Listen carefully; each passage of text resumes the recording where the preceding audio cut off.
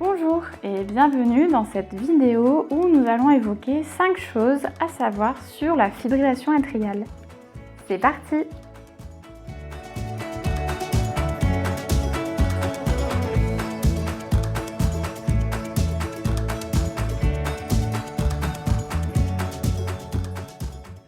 La fibrillation atriale, qu'on peut retrouver aussi sous le nom de fibrillation auriculaire, est un trouble rythmique. C'est d'ailleurs le trouble rythmique le plus fréquent en France.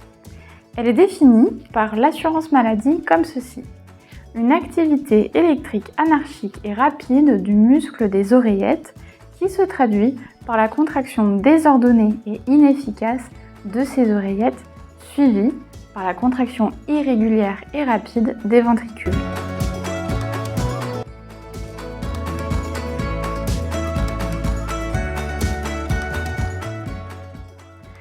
La fibrillation atriale représente un facteur de risque d'AVC majeur puisqu'elle augmente le risque de formation de caillots qui peuvent se loger directement dans une artère remontant au cerveau.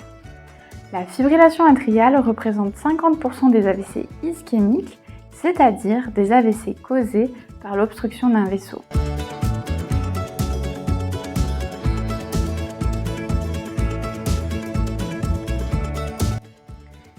La fibrillation atriale, au même titre que d'autres pathologies comme l'hypertension, le diabète ou encore l'apnée du sommeil, peut être asymptomatique. Elle s'installe d'ailleurs progressivement, devenant au fil des années de plus en plus régulière.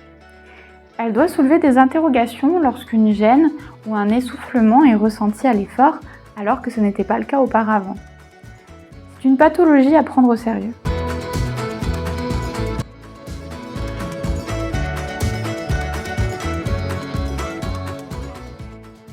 La fibrillation atriale touche aussi bien les hommes que les femmes, bien qu'une différence semble exister dans ses conséquences.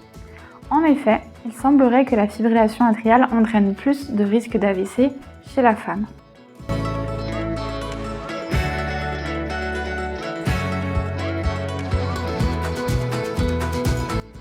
Alors, elle reste une pathologie qui apparaît chez le sujet âgé, puisqu'elle est présente chez environ 10% des plus de 80 ans, mais elle peut toutefois se manifester à tout âge. Elle peut être prise en charge, c'est pourquoi il ne faut pas hésiter à en parler avec son médecin. La solution NeuroCoach permet de la rechercher pour la mettre en lumière dans de nombreux cas où elle était jusque-là inconnue et asymptomatique. Pour plus d'informations, n'hésitez pas à nous contacter.